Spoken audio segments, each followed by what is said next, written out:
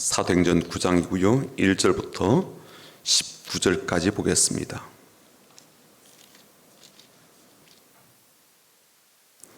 사도행전 9장 1절부터 19절까지 보겠습니다. 우리 같이 읽어보겠습니다.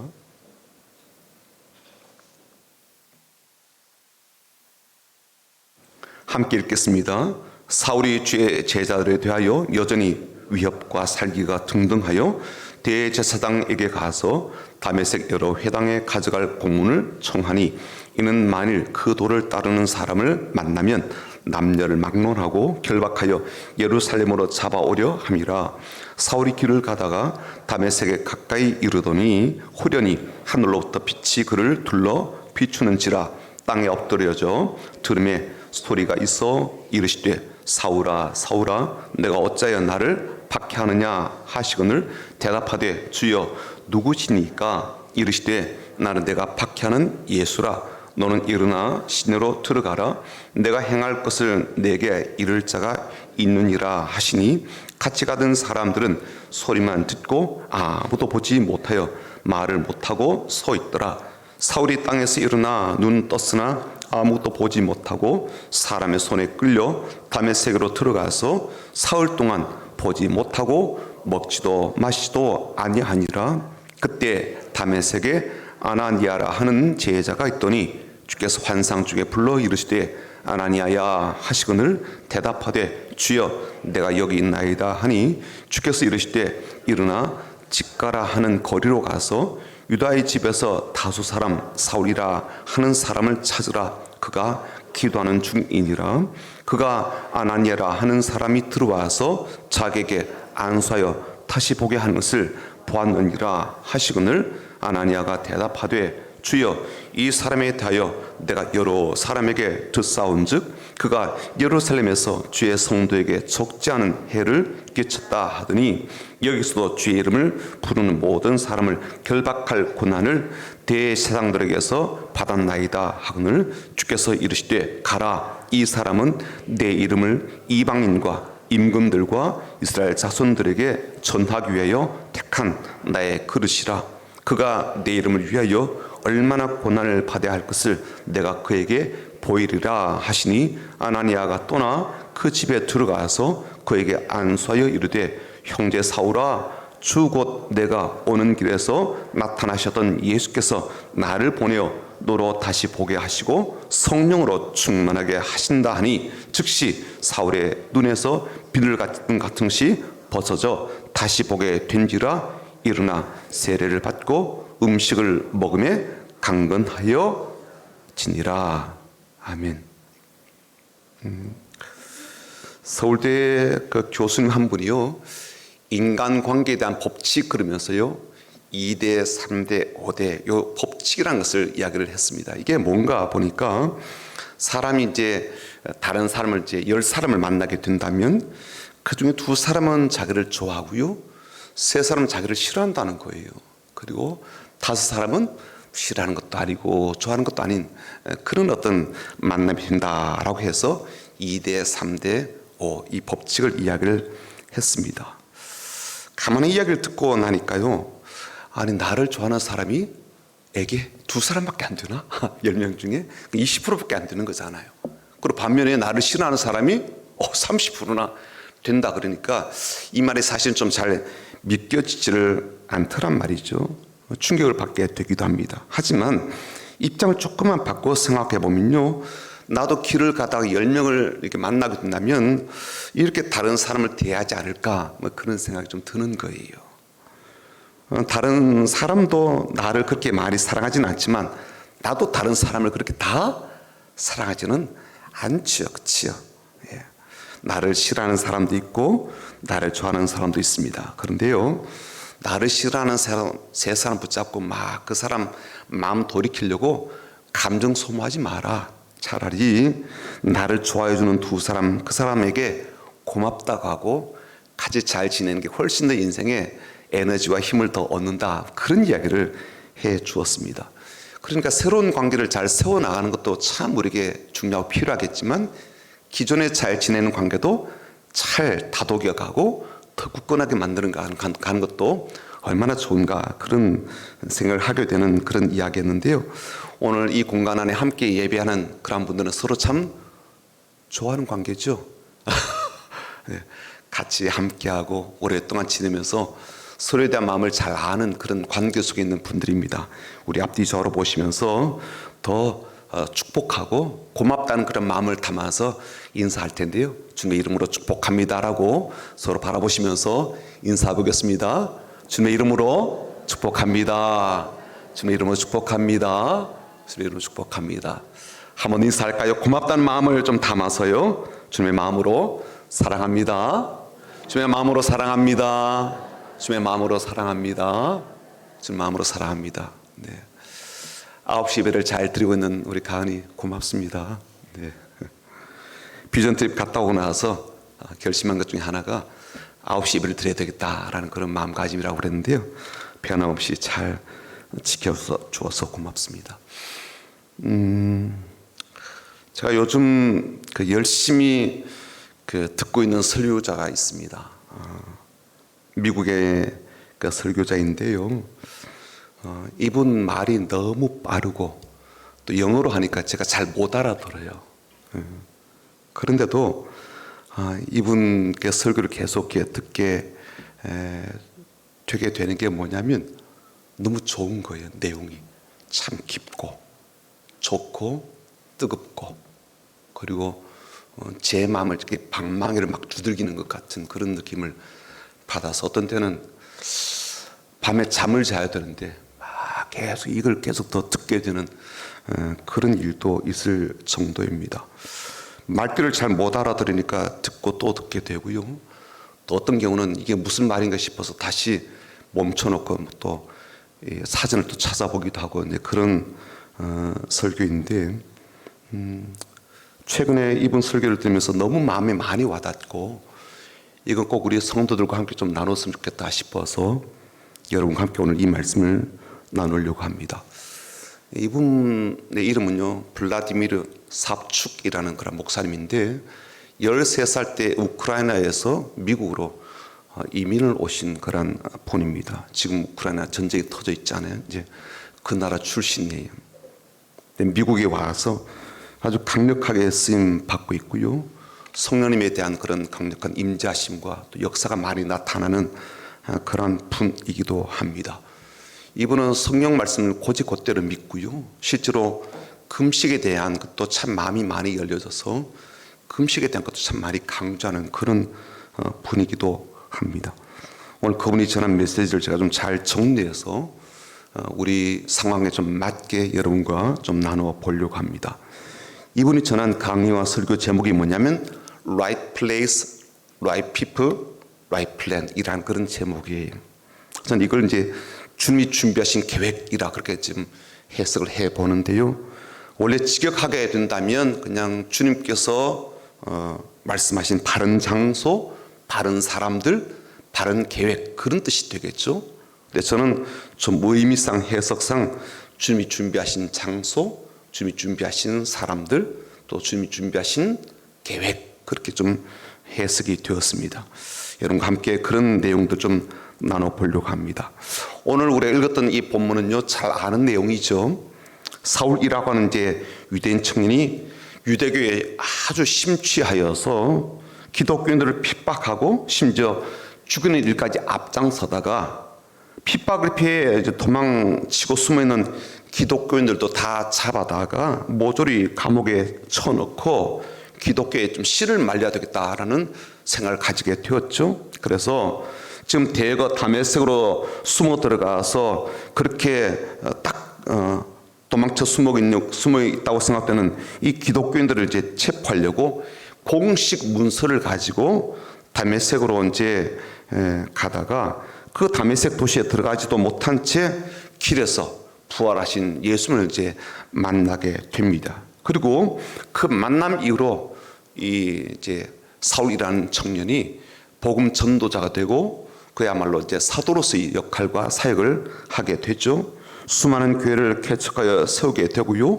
또 더 나아가 그런 교회, 교인들, 목회자들을 가르치기 위해서 성경을 써서 교회와 교인들을 섬기는 일에 이제 혼신의 힘을 다하는 그러한 사람으로 바뀌게 됩니다. 자, 그런데 이처럼 이제 사도 바울이 처음으로 부활하신 예수님 만나게 된 이 사건은요, 특별한 만남일 뿐만 아니라 좀 일반적이지도 않고 보편적이지도 않다라는 생각을 하게 됩니다. 우리는 말씀 듣다가 이제 예수님 만나게 되잖아요. 다른 사람의 간증 혹은 다른 사람의 소개 이런 걸 통해서 우리가 예수 믿게 되기도 하고, 혹은 뭐 병남과 여러 가지 문제가 해결되는 기적을 체험하면서 주님 만나게 되는 일들이 참 많은데, 사도 바울은요 직접 부활하신 예수를 만났을 뿐만 아니라 본인이 기대하지 않았는데, 본인이 원하지도 않았는데 이런 만남이 그 가운데 있었기 때문에 좀 특별하다, 독특하다라고 볼 수가 있습니다. 하지만 이 바울이든 누구이든 주님 만나게 되면 동일하게 이 보편적으로 나타나는 특징이 있거든요. 예수님 만나게 되면 어떤 특징들이 예수님 만난 사람 가운데 일어나게 됩니까? 그건 뭐냐면 질문이 바뀌어진다는 거예요. 일반적으로 주님 만나기 전에 사람들이 갖고 있는 질문들이 이러하죠. 하나님이 왜 악을 이렇게 방치하시나? 왜 이 땅 가운데 아픔과 고난과 문제를 그렇게 이 땅 가운데 허락하셨나? 특별히 선한 사람이 왜 고난당하나? 왜 악한 사람들 처리하지 않으시나? 이 땅에 수많은 문제들이 있는데 왜 이걸 보고만 계시냐? 하나님이 능력이 많으신데 왜 그렇게 방치하고 계시나? 이런 질문들이 참 많거든요. 그리고 이것을 좀 개인적으로 갖고 와서 왜 나에게 이런 어려움과 이런 아픔을 주시나? 왜 이런 고통을 주시나? 왜 이런 문제를 해결해 주시지 않나? 이런 질문들이 참 많단 말이죠. 근데 이제 개인적인 뭐 문제에 관한 질문이건 아니면 세상과 세계에 관한 그런 질문이건 다른 이들에 관한 질문이건 공통적으로 이런 이제 질문들을 품고 있습니다. 전능하신 하나님이라면, 그리고 예수님께서 진짜 구원자시라면 이런 문제는 가볍게 해결해 주셔야 되지 않겠는가라는 그런 마음 때문에 일어난 질문들이죠. 그런데 이 사울이라는 청년이 다메섹으로 길을 가다가 갑작스럽게 부활하신 주님을 만나고 난 뒤에 그의 질문이 바뀌게 되죠. 어떻게 바뀌게 되는가 하면 주여 누구십니까? 이렇게 바뀌게 됩니다. 지금 이 이제 사울, 나중에 뭐 바울이라는 이름으로 바뀌어진다고 하지만 어쨌건 이 바울은요 자신에게 찾아온 이분이 지금 자신의 만난 분이 어떤 분인지를 이제 소리를 통해서 들었거든요. 4절에 보면 그 이야기를 좀 우리가 알 수가 있어요. 땅에 엎드러져 들음에 소리가 있어 이르되 사울아 사울아 내가 어찌하여 나를 박해하느냐 하시거늘. 지금 사울이 자신의 이름을 알고 있고 자신의 이름을 부르는 그분이 실상은 사울 자신이 박해한 기독교인들이 섬기는 바로 그 주님이라는 것을 알고서 그가 던진 질문이 뭐냐면 주여 누구시니까? 라는 질문이었거든요. 주님 몰라서 던진 질문이긴 하지만 모른다는 이 말이요 전혀 정보가 없다는 그런 말은 아니잖아요. 오히려 나는 주님을 더 알고 싶습니다 라는 그런 마음에서 비롯된 질문인 거예요. 주님 당신은 누구십니까? 내가 당신을 더 알고 싶습니다. 그런 의미가 담긴 질문이라는 거죠. 여러분 예수님 만나게 되면요 제일 먼저 우리에게 질문이 바뀌어지게 됩니다. 주님 누구십니까? 주님은 어떤 분이십니까? 주님 더 알고 싶어서 이렇게 묻게 되지 않겠습니까? 여러분 주님을 만났는데 주님 알고 싶지 않다면, 더 알고 싶은 마음이 없다면, 그런 갈망과 그런 기대가 없다면 주님을 만난 걸까요?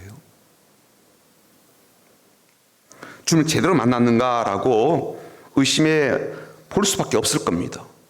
부활하시고 참 경이로우신 그분을 만났는데 더 알고 싶어하고 더 깊은 관계 속으로 들어가고 싶지 않다면 그 주님 만났다 할지라도 제대로 만난 게 아닐 것이며, 아니면 전혀 만난 것이 아닐 수 있을 겁니다. 내 구원자이시고 내 인생의 참 주인이다 라는 그분을 만났는데 더 알고 싶은 마음이 왜 없겠냐고요. 그렇잖아요. 내 인생의 동반자가 되는 그 짝을 만났을 때도요 더 알고 싶어가지고 전화하고 만나고 막 그러잖아요. 그런데 내 인생의 주인을 만났다면 더 알고 싶지 않겠냐는 거예요. 두 번째, 어떤 이제 질문의 변화가 찾아옵니까? 이렇게 질문하게 됩니다. 주님, 내가 무엇을 하기 원하십니까? 여러분, 사울이라는 이 청년에게는요, 그동안 자신에게 계획이 있었겠죠. 왜 야망이 없었겠습니까? 왜 포부가 없었겠냐고요. 그 나름 자신의 남은 생에 앞으로 달려갈 삶을 위한 계획이 그에게 왜 없었겠습니까? 그렇지만 사울은요, 주님 만난 뒤에 주님에게, 주님, 제가 이런 포부, 이런 계획, 이런 놀라운 그런 야망이 있으니까 복 주세요, 이루어주세요, 그렇게 하지 않더라고요. 오히려 이렇게 묻죠. 주님 계획은 뭡니까? 주님 저를 찾아오셔서 만나시고 제게 놀라운 이런 구원의 계획을, 구원의 은혜를 베푸신 그런 궁극적인 목적은 뭡니까? 주님의 계획은 무엇입니까? 이런 마음으로 예수님을 대하더라는 거죠. 여러분, 주님께서 그날 그냥 사울에게 방문하셨겠어요? 그냥 아무런 목적 없이 찾아오셨겠습니까? 준비된 계획이 있으시겠죠. 그래서 찾아온 것 아닙니까? 그를 향한 목적, 아니면 그에게 원하시는 목표, 그에게 기대하시는 계획이 있으시니까 그에게 찾아오신 것 아닙니까? 그래서 오늘 설교 제목을요, 주님이 준비하신 계획이라고 했습니다.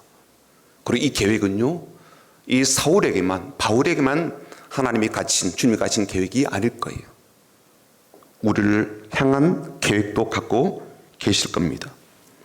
우리도 이 땅 살아가면서요, 계획 세우고 그런 계획을 따라서 일을 진행을 하게 되죠.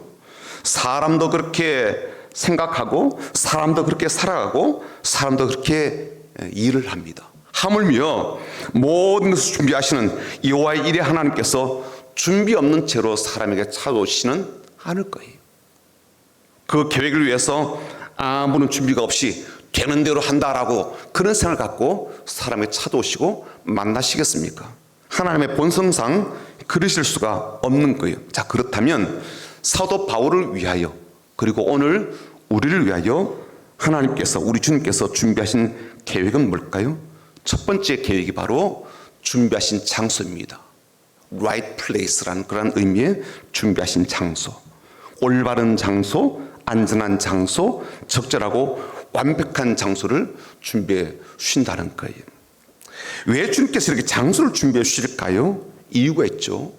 주님이 준비하신 장소에 가야 주님이 준비하신 사람들을 만날 수가 있기 때문에 그렇습니다. 말하자면 right place, 올바른 장소에 가야 right people, 올바른 사람을 만날 수가 있기 때문에 그렇다는 거예요.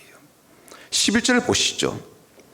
주께서 이르시되 일어나 집가라 하는 거리로 가서 유다의 집에서 다소 사람 사울이라 하는 사람을 찾으라. 그가 기도하는 중이니라. 이 말씀은요, 다메섹에 있던 아나니아라고 하는 예수님의 제자에게 주님이 들려주신 말씀인데, 그 말씀의 내용에 사울을 위하여 준비된 장소에 대한 이야기가 나옵니다. 지금 사울이요, 집가라는 말은 straight street 그런 뜻이니까 아주 똑바른 도로 그런 뜻이에요. 그 거리에 있는 유다의 집에 지금 사울이 있다는 거예요. 주님께서 사도 바울을 위해서 준비한 장소이죠. 그리고 그곳에 이제 아나니아를 보내시고, 그곳에서 사도 바울은 하나님이 보내신 아나니아를 만나게 되고, 거기서 아나니아는요, 하나님이 그에게 보내신 사도 바울을 만난, 이 만남이 이제 이루어지는 제 장소가 되게 되죠. 여러분, 올바른 장소에 가야 올바른 사람을 만나게 되고요, 하나님이 준비하신 곳에 가야 하나님께서 준비하신 사람을 만날 수가 있는 거죠. 단순하지만 맞는 말이죠. 그렇죠? 예.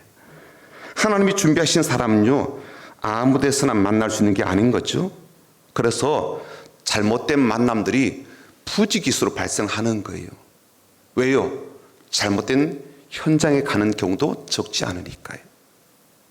잘못된 장소에 찾아가기 때문이고요, 또 하나님께서 준비하시지 않은 엉뚱한 사람을 만나게 되기도 하기 때문에 잘못된 만남이 참 많이 발생한다는 거예요. 여러분, 하나님이 준비하신 장소는 어딜까요? 뭐 교회, 아니면 기도원, 아니면 학교, 아니면 병원, 그런 곳일까요? 놀랍게도 사도 바울을 위해서 준비하신 장소는요, 직가라는 고려에 있는 유다의 집이었습니다.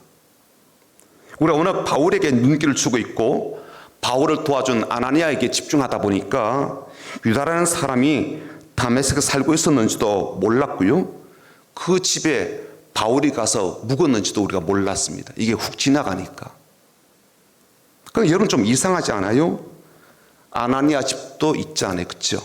아나니아 집도 있단 말이요. 근데 왜 하필이면 유다의 집일까라는 거예요. 그리고 아나니아가 사도 바울에 대해서 주님께로부터 정보를 듣기도 전에 먼저 유다의 집에 사도 바울이 머물러 있었다는 것 아닙니까? 그리고 이 말은요, 유다가 어떤 사람인지 그의 집이 어떤 상태에 있었는지를 우리가 좀 생각하게 만듭니다. 여러분, 사울은 유다에게 낯선 사람이에요. 게다가 기독교인들 잡아다가 감옥에 막 쳐넣고 심지어 죽이려고 하는 사람입니다. 근데 그런 사도 바울이 자기 집으로 들어올 수 있도록 문을 열어 주었습니다. 이게 무엇을 의미합니까? 유다가 평상시에 어떻게 살았다는 이야기예요? 그의 집이 어떤 목적과 용도로 사용되었다라는 이야기입니까? 자기 집에 한 번도 낯선 사람이 온 적이 없는 가정이라면요, 이렇게 못해요. 평상시에도 사람들이 들락날락하는 그런 가정이 아니면 이렇게 할 수가 없다는 거예요. 아는 사람이 편하게 드나드는 가정이어도요, 낯선 사람을 가정에 들이기는 어렵습니다. 그런데요, 전혀 그런 모임도 없고 그런 장소로 사용된 적이 없다면 어찌 이런 일들이 가능하겠냐는 거예요. 그리고 더 중요한 게 있죠. 사도 바울이 주님을 만난 그 순간부터 사흘 동안 물도 마시지 않고 음식도 먹지 않습니다. 금식하는 거예요. 그런데 이 사도 바울이 어디에서 금식해요? 유다의 집에서 금식을 하거든요. 그리고 그곳에서 기도합니다. 오로지 기도에 전념합니다. 유다의 집에 사도 바울이 금식하면서 기도하기에 적합하였기 때문에 하나님께서 그 가정을, 그 집을 그렇게 준비하신 것 아니겠습니까? 왜 유다의 집입니까? 왜 바울을 그곳으로 이끄셨을까요?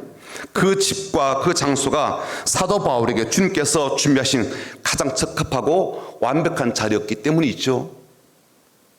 기도하기에 가장 좋은 자리였고요, 그리스도인들이 어떤 삶을 살고 있는지를 가장 잘 보여주는 그런 가정이었고요, 도시 안에 가정 안에서 교회가 어떻게 공동체로 세워져 가는지를 가장 잘 보여주는 그런 지역이었기 때문에 그렇습니다. 여러분, 아직도 사도 바울은요, 아무것도 보지 못하는 상태예요. 하지만 육신의 눈, 이 시력은 잃었다 할지라도 영적인 눈은요, 너무나도 밝은 상태에 있었습니다. 그래서 그는 주님이 준비해 두신 그 장소를 찾은 것 아니겠습니까? 비록 낯선 곳이지만 하나님이 계시고 하나님이 강력하게 함께 하시는, 주님께서 강력하게 임재하시는 그런 현장이었기 때문에 그렇겠죠. 하나님의 강력한 임재하심이 아니면 어떻게 원수와 같은 사도 바울을, 그리고 그렇게 위협적인 인물, 위험한 인물인 그를 유다가 자기 집으로 들 수가 있겠냐고요. 그렇죠. 하나님의 강력한 임재하심과 성령님의 강력한 임재하심이 아니고는 유다가 이런 사람을 어떻게 자기 집으로 끌어들이려고 마음이라 먹을 수가 있겠냐고요. 유다가 하나님의 음성을 듣지 않았다면, 그가 하나님을 예배하는 사람이 아니었다면, 그가 기도하지 않는 사람이었다면, 하나님 중심으로 사는 사람이 아니었다면 그렇게 할 수는 없는 일인 거죠. 왜 하나님께서 사도 바울을 유다의 집으로 보내신 이유를 우리가 조금 이해할 수가 있을 것 같아요. 사랑하는 여러분, 지금 여러분들은 하나님이 준비하신 장소가 어딘지를 찾고 계십니까? 그래야 그곳에서 하나님께서 준비하시는 사람들을 만날 수 있으니까. 그렇게 하나님께서 준비하신 장소를 찾으려면, 또 그곳으로 가고자 한다면, 저는 우리가 흔히 생각하는 그런 공간적 의미가 아니라 우리의 자세, 우리의 태도, 우리의 이 삶의 모습에 대해서 생각함이 필요합니다. 왜냐하면 유다를 한번 생각해 보십시오. 그리고 사도 바울을 한번 생각해 보자고요. 공간보다 더 중요한 것이 태도와 자세이거든요. 마음가짐인 거예요. 우리가 하나님 안에 있게 될 때, 우리가 주님 안에 있게 될 때 비로소 우리는요, 주님께서 준비하신 그 집으로, 그곳으로, 혹은 그 현장으로 우리가 갈 수가 있는 거죠. 인도함 받아서 갈 수가 있는 겁니다. 우리가 주님 안에서 금식하는 그러한 마음으로, 우리가 주님 안에서 기도하는 그러한 자세와 태도로 살아가야 될 때 주님은요, 우리를 위해서 유다와 같은 그러한 집으로 우리 이끌어 가실 거예요. 두 번째는 준비하신 사람들, right people에 대한 이야기입니다. 하나님께서 사도 바울을 위하여 준비하신 또 다른 사람이 이제 아나니아라는 사람인데, 이 사람은 주님의 신실한 제자였죠. 그리고 주님의 음성을 들을 줄 아는 사람이었습니다. 그렇지만 아나니아는요, 지극히 상식적인 사고를 가진 사람이었어요. 그는 주님께서 사도 바울에 대해서 이제 이야기를 처음 꺼내게 되셨을 때 아주 강력하게 반대하고 조항을 합니다. 13절과 14절 보십시오. 그가 이렇게 반응을 보이거든요. 아나니아가 대답하되, 주여, 이 사람에 대하여 내가 여러 사람에게 듣사온즉 그가 예루살렘에서 주의 성도에게 적지 않은 해를 끼쳤다 하더니 여기서도 주의 이름을 부르는 모든 사람을 결박할 권한을 대제사장들에게서 받았나이다 하거늘. 그런 사람인 사도 바울을 위해서 안수하라고 하는 게 맞습니까, 주님? 이제 그런 이야기죠. 이건 아니지 않습니까? 그런 의미로 지금 주님께 이제 드린 말씀이에요. 그렇지만 이 아나니아는요, 주께서 말씀하신 대 그대로 행하는 사람입니다. 15절과 16절 한번 보십시오. 주님께서 다시 아나니아에게 하신 말씀인데요, 주께서 이르시되 가라, 이 사람은 내 이름을 이방인과 임금들과 이스라엘 자손들에게 전하기 위하여 택한 나의 그릇이라. 그가 내 이름을 위하여 얼마나 고난을 받아야 할 것을 내가 그에게 보이리라 하시니. 이 말씀을 듣고 아나니아가 지체하지 않고 그대로 행하게 됩니다. 17절입니다. 어떻게 행했는지 보자고요. 아나니아가 떠나 그 집에 들어가서 그에게 안수하여 이르되, 형제 사울아, 주 곧 내가 오는 길에서 나타나셨던 예수께서 나를 보내어 너로 다시 보게 하시고 성령으로 충만하게 하신다 하니. 아나니아는요, 사울을 향해서 형제라고 말을 합니다. 그리고 그에게 안수하고요, 다시 보게 해주고요, 성령으로 충만하게 해줄 뿐만 아니라 세례까지 베풀어 주거든요. 하나님은 사도 바울에게 준비하신 아나니아를 이제 붙여주십니다. 만나게 주시죠. 다윗의 삶을 감안해 보니까 다윗에게도요, 준비하신 친구 이 요나단을 붙여주십니다. 로마의 군인이자 백부장이었던 고넬료에게는요, 베드로를 보내셔서 만나게 주셨고요, 요수아에게는 백전노장인 갈렙을 그의 곁에 두시도록 해주십니다. 노년의 바울에게는요, 의사 누가가 그의 곁을 지키게 되죠.